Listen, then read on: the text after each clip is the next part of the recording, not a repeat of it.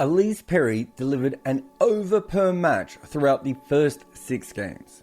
And that number is important because she would take a 6-wicket haul against Mumbai later in the season. So all it took for RCB to break their curse was for women's cricket to get a league and for one of the greatest players who has ever existed end up on their team, and then for her to claim her career best figures. I mean, quite clearly, being an RCB fan has been a world of hurt. You can have as many photo shoots of Virat Kohli, Glenn Maxwell and Chris Gayle as you'd like, and all the other stars that they had. So many boundaries at Chinnaswamy. But this was a team where the fans instantly got on board, and they had to deal with test lineups, Vijay Mallya shenanigans, and Corey Anderson being a death bowler.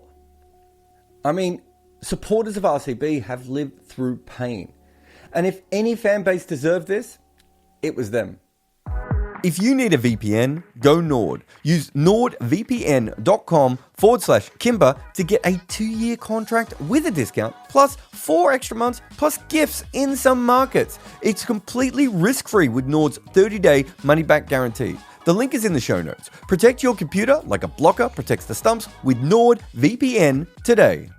And it wasn't like this season was progressing so well for the women's team that the fans were preparing their end-of-year celebrations. On the 10th of March, RCB lost by 1 run while chasing 180-odd against the Delhi Capitals, despite Risha Ghosh's 51 off 29 balls. This was a team who was 0-5 against Delhi and also MI before their second league game against Mumbai.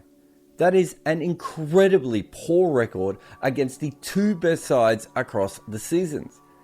Their campaign this year started with them defending 5 runs off the last ball against the UP Warriors and ended with a low-scoring chase that went down to the final over. Their 2 key players, Sophie Devine and Ranaka Singh, were far from their best. And that meant that Perry had to stand up. This is a player who has, of course, done that before. I mean, quite literally, she had to stand up with a broken leg and bowl in a World Cup final for Australia. And weirdly, despite the fact that her ridiculous all-round achievements kind of automatically put her in the GOAT conversations, she actually had to work quite hard on her T20 game. Ben Sawyer had talked about how she was challenged with being dropped, and she had kind of fallen behind in the same way that Mitali Raj did, like a relic of another era.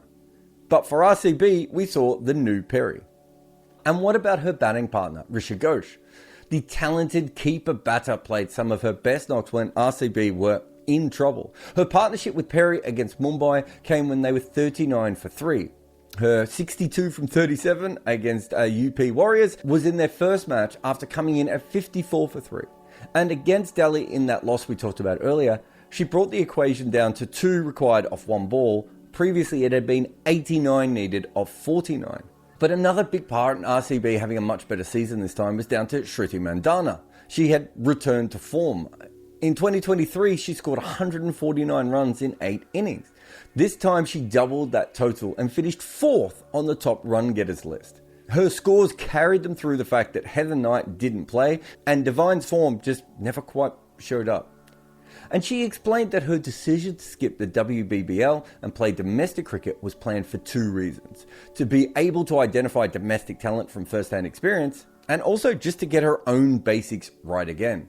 S. Magana played a small yet crucial role. Even though she was in and out of the side, her opening partnership with Mandana actually helped set the tone for a lot of games. It was not a lot of runs, but it was a lot of impact.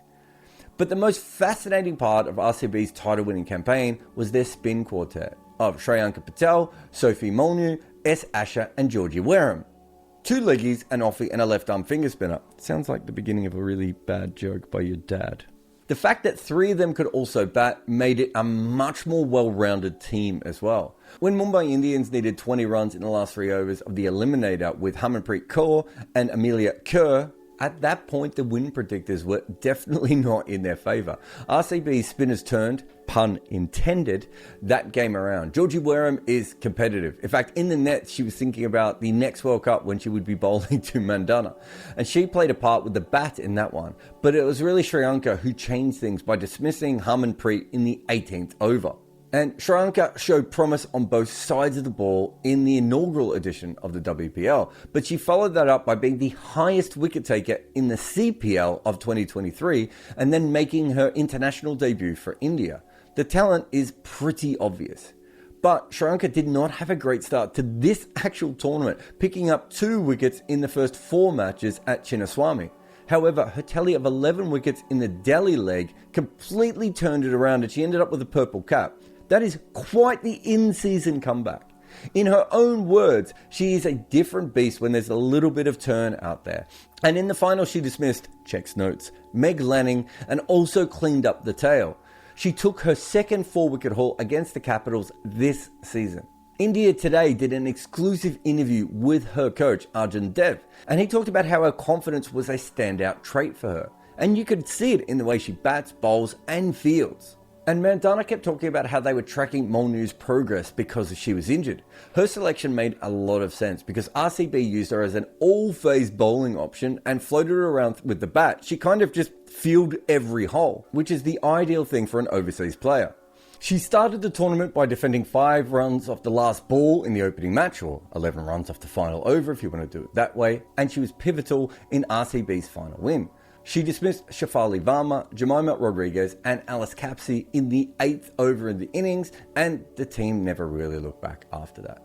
What about Asha Subhana, who grew up making balls out of paper and wrapping them with like little milk patterns and then making bats out of coconut tree bark? That is someone who actually literally had to make cricket happen for her.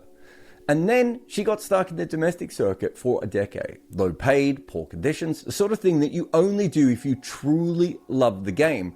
There is no doubt that she earned her moments. And what were they? Well, she became the first Indian to take a fifer in the WPL.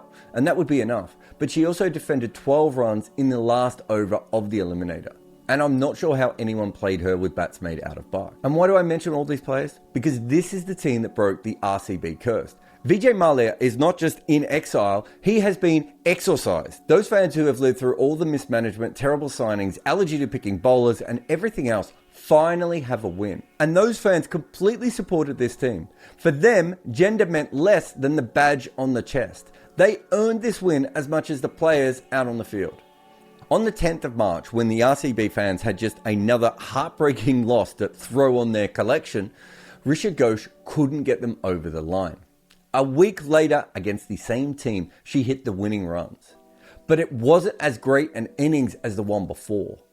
But to an RCB fan, it was by far the most important and the one they had been waiting for.